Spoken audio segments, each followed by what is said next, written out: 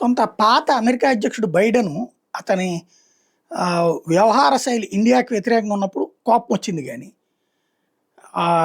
Face పరంగా చూస్తే మనిషి కొంచెం పెదరికంగా ఉంటాడు. ఈ ట్రంప్ మనిషి ఇండియాకి అనుకూలంగా ఉన్నాడు కాబట్టి మంచోడు అనుకోవడం ఏం కాదు. ఇండియాకి అనుకూలంగా ఉన్నాడు కాబట్టి మనం సమర్థించుకున్నాం. కానీ ఇండియాకి వ్యతిరేకమైనప్పుడు తిట్టుకుంటాం సహజంగా. ఇప్పుడు ఆ ఫేస్ పరంగా చూస్తే వీళ్ళిద్దరిలో పోల్చుకుంటే బైడెన్ అందంగా ఉంటాడు. ఇదేదో పాండురోగం ఫేస్ లాగా ఉంటుంది ట్రంప్ది. వ్యక్తిగతంగా ఎందుకు అనాల్సి వస్తుంది అంటే భారత్కు వ్యతిరేకంగా అతను వ్యవహరిస్తున్నాడు కాబట్టి అది ఒక ఎత్తు.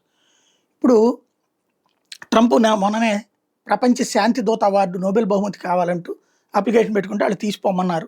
దానికి కారణం ఏంటి? 7 యుద్ధాలను ఆపాడు అన్నాడు. ఏ యుద్ధం ఆపాడు ఆయనకు కూడా తెలియట్లేదు. అందులో భాగంగా ఇజ్రాయెల్ యుద్ధాన్ని ఆపానన్నాడు. ఇజ్రాయెల్ తాజాగా కూడా గాజాను ఆక్రమించుకుంటానే ఉంది. 24 గంటలు 79 మందిని కాల్చి చంపింది.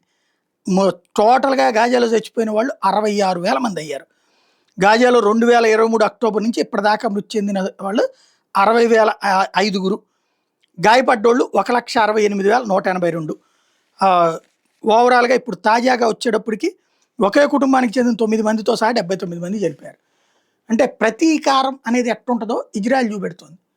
1,200 మంది ఇజ్రాయేలీలు చచ్చిపోతే వాళ్ళు చంపింది 68,000 మందిని.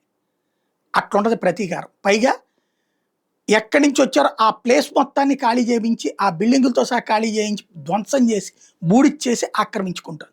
ట్రంప్ ఏమో నేను ఆపానంటాడు, ఇక్కడేమో కొట్టుకుపోతూ ఉంటారు.